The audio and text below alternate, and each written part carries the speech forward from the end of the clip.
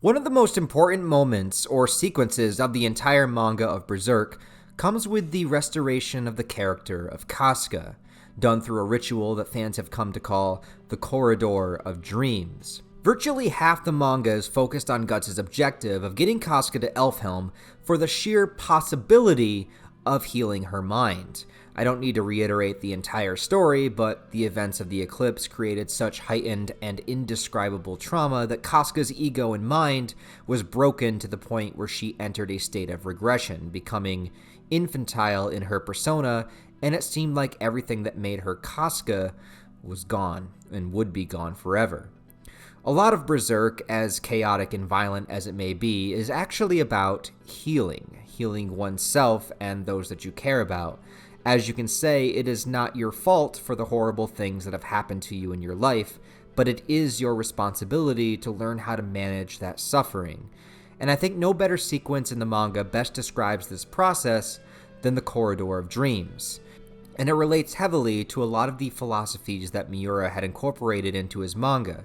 Now, I have already done a full deep dive analysis on these specific chapters themselves in the story in a video that I released almost a year ago, part of the Berserk manga analysis, so I will link that video down below in the description if you want my full thoughts on the entirety of this sequence. This video is going to focus more on the mechanics of how the dreamscape works and what I think Miura might have been trying to say by putting this in his story. But again, this is all my personal opinion, so take everything I say with a grain of salt. Before I get right into it though, I do want to take a second to shout out a Patreon supporter of mine, Adam Jinrakai, and his manga called The Shonen Beat. I've done a few reviews for this series so far on the channel, and I highly recommend that you guys go check out some of this manga that I will have linked down below. It is a shonen style story that focuses on music as its primary form of expression and as its battle system. It's literally about taking down the oppressive establishment using music, but in a world where you can use music also as an attacking sound wave. And some really fun and engaging characters are here to explore and follow as they form their band and face the threats that are determined to keep them down. Shonen Beat has several chapters available completely free to read so far, with many new ones coming out, so go ahead and check it out. It is linked down below in the description. And if you enjoy it, consider following Adam on Instagram and Twitter as well for updates, as well as his Patreon page, which is filled with a ton of awesome perks and behind the scenes looks at this series. It's a manga that I truly enjoy, and I definitely think you guys will get some value out of it if you checked it out. And with that being said, let's get a little bit dreamy. So in chapter 347 of Berserk, we are introduced to the Flower Storm Monarch, who is essentially the person in charge of Elfhelm, a beautiful elf-like woman who guides Casca, Shirke, and Farnese to an area inside of the giant spirit tree where basically it looks like a giant bed of mushrooms. Since they grow within this immensely powerful tree, the spores from these mushrooms, when inhaled, make those here drift off into a sound sleep, but one that connects them within each other's dreams. So there is magic at play here, but the only magical thing that's really happening is allowing access into a connected dream world. But if we analyze what Berserk has always mentioned and talked about within its lore, it's not much different than the idea of connected consciousness within all living things. And this is not the first time that dreams and the astral world seem to have been connected. I believe one of the first times we see this is during chapters 126 and 127 called Revelations, where a message from the astral world was delivered to all of humanity in the form of a dream, first predicting the oncoming devastation of famine, disease, and war, and then a shining white hawk descending down to save everybody from these atrocities, to unify and protect everyone. So the story had already established that being asleep and dreaming meant you were more in tune to the astral world and available to pick up on its messages, able to connect to one another and receive information. The King of Midland saw a vivid image of Griffith in his delirious state just before drifting off to his death. It's even taken a step farther when our boy, motherfucking Zod,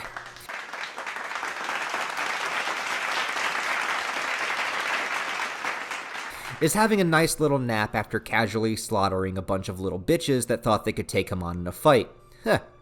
He too envisions Griffith, while asleep and thus able to connect to the astral world, and we also get one of the first instances of an attack being able to wound on multiple planes of existence.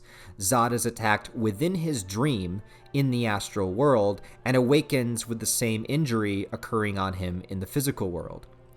Now, taking this back to the corridor of dreams, the spores allow them to connect within a person's dream, but a specific person. To traverse this world, Shirake and Farnese use their luminous bodies, which is exactly the same way that they would navigate the astral world. So what exactly is the difference between a dream world and the astral world? Well, for the context of the story, it seems as though the only real discernible difference is that in the dreams, the one doing the dreaming determines the rules and layout of that world. Right before entering Casca's dream, Shirake's dream is very light and childlike. Farnese's showcases her needing to provide a lot of work and effort in maintaining things, which is how she feels in real life. And Casca's dream looks like a barren wasteland representing the emptiness of her mind state, alongside the gradually increasing intensity of danger the deeper the characters try to go within her mind.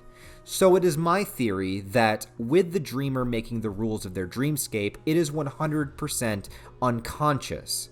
So they are not literally deciding the rules, but instead the rules reflect their current state of mind. That's why I believe that everyone that saw the dream of the White Hawk interpreted it into their own unique way, a way that would be most comforting to them. Just the same way many religious people interpret their respective religions personally and differently. And perhaps Zod was able to battle and accept being attacked within the dream, as that too is how he lives his life, purely through strength and combat. The Corridor of Dreams is also, though used for healing, not an exact science. Casca is the only character we see it used on, but it wouldn't be right to assume that what was needed for Casca's restoration would be the same for anybody within this dreamscape. Danan states before they enter that they would need to decipher the clues within Casca's mind in order to come up with a solution. And this is very important and relates to real-life philosophies, most notably that of Carl Jung, who Kentaro Miura has based a lot of the themes on throughout the entire story of Berserk.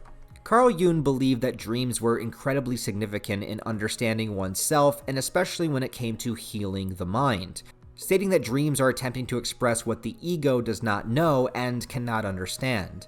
Kind of like there is this polarity between our ego and the conscious mind and the unconscious.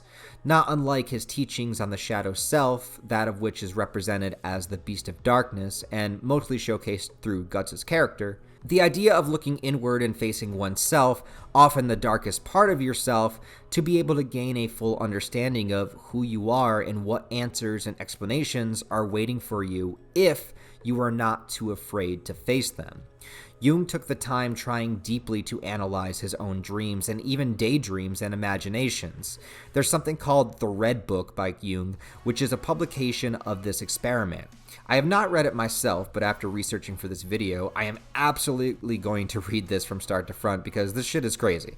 He called it the confrontation with the unconscious, trying to understand the images and imaginations of his own mind. Jung had quoted, "I did my best to not lose my head, but find some way to understand these strange things.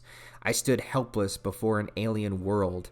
Everything in it seemed difficult and incomprehensible.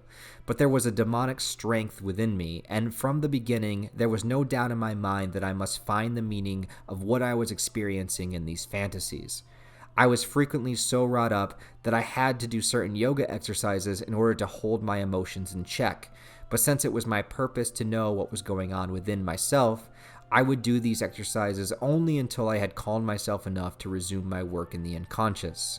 As soon as I had the feeling that I was myself again, I abandoned the restraints upon the emotions and allowed the images and inner voices to speak to me fresh. To the extent that I managed to translate the emotions into images, that is to say, to find the images that were concealed within the emotions, I was inwardly calmed and reassured. Had I left those images hidden in the emotions, I might have been torn to pieces by them. As a result of my experiment, I learned how helpful it can be, from a therapeutic point of view, to find the particular images which lie beyond my emotions." And again, when it comes to Casca specifically and her need to be healed, in a sense, find her soul. Listen to this other quote by Jung from the Red Book. Jung says, "My soul, where are you? Do you hear me? I speak, I call to you, are you there? I have returned, I am here again. I have shaken the dust of all the lands from my feet, and I have come to you. After long years of long wandering, I have come to you again. Should I tell you everything I have seen and experienced and drunken? Or do you not want to hear about all the noise of life of the world? But one thing you must know, one thing I have learned, is that one must live this life. Do you still know me? How long has the separation lasted? Everything has become so different. And how did I find you? How strange my journey was. What words should I use to tell you what twisted paths a good star has guided me to you? Give me your hand, my almost forgotten soul. How warm the joy at seeing you again, you long disavowed soul. Life has led me back to you. Let us thank you for the life that I have lived, for all the happy and all the sad hours, for every joy and for every sadness. My soul, my journey should continue with you. I want to wander with you and ascend to my solitude." Now, I know those are a little bit longer quotes, but I think they have a lot of importance when it comes to Casca's story, because Casca's dreamscape was a specific process of restoration, with Casca's own mind fighting against everything that had happened. Because when looking at Casca's situation like an instinctual survival, the entire reason her regression was in place was never supernatural. It was her body's way of protecting itself. Since the trauma here was too much to bear, her mind regressed so that she would not have to face it. The body cares more about survival than anything else, protecting her from that pain. In a more relatable effect, this is what anxiety does. It's keeping you away from danger in order to protect you, because it doesn't understand that by facing that danger, you will become stronger. The body doesn't care about becoming stronger, it only cares about its survival. This is why facing trauma is a choice that each individual person needs to make, and the Corridor of Dreams was meant to give Shirke and Farnese the clues needed that would help Casca be able to heal. Casca still needs to be able to do it for herself, but this is like asking others for a little help, a little push to get the ball rolling, which is something that I also think we all need to understand is okay to do. Casca's subconscious creates the layout of the world, envisioning Guts not as the gigantic, powerful man that we see in the physical world, but as a wounded hound riddled with scars and arrows dragging a casket behind him, representative of the weight of all of his dead friends that he is unable to leave behind, and most importantly, the image of Casca inside of it that he is dedicated to protect. It shows that even if Casca in her regressed state is fearful of Guts, deep down in her unconscious, she, more than anyone else, sees the true him. And inside the broken doll of Casca is a small chibi version of her that guides Shirke and Farnese across the wastelands and towards each important memory. Like a puzzle, they begin to piece Casca back together, restoring each memory, and as they get closer and closer to what made her mind break, the obstacles get more treacherous.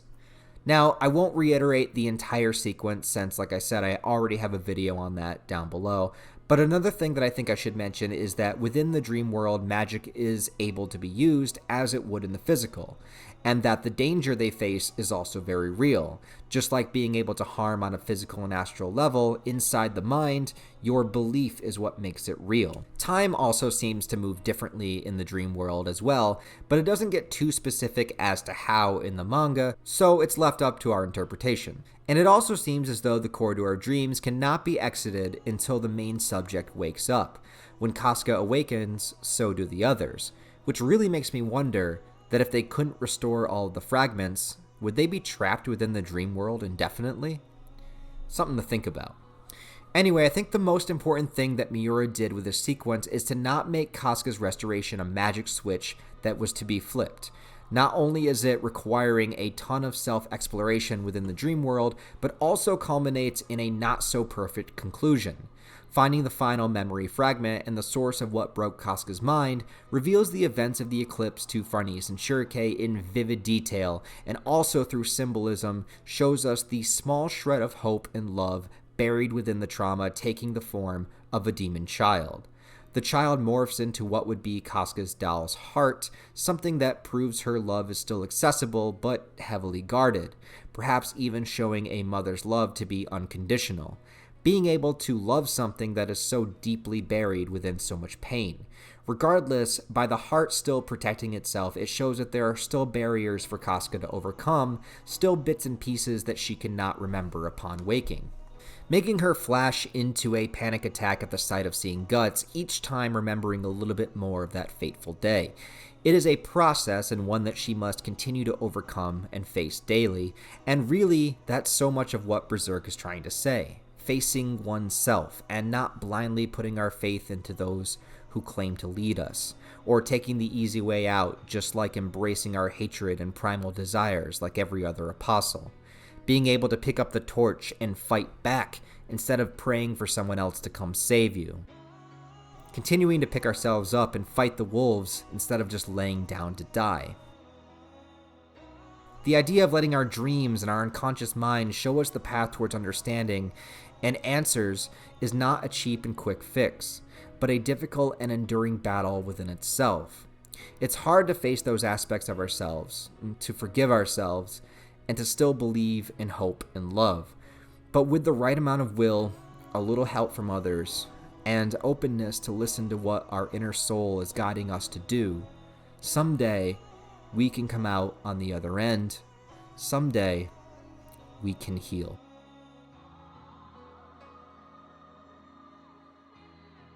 I thank you guys for watching this video. I really do appreciate it. If you enjoyed it, please give it a like, sub to the channel if you want to, and comment down below your thoughts about the Corridor of Dreams sequence. I hope you all have a wonderful rest of your day, and I'll talk to you next time.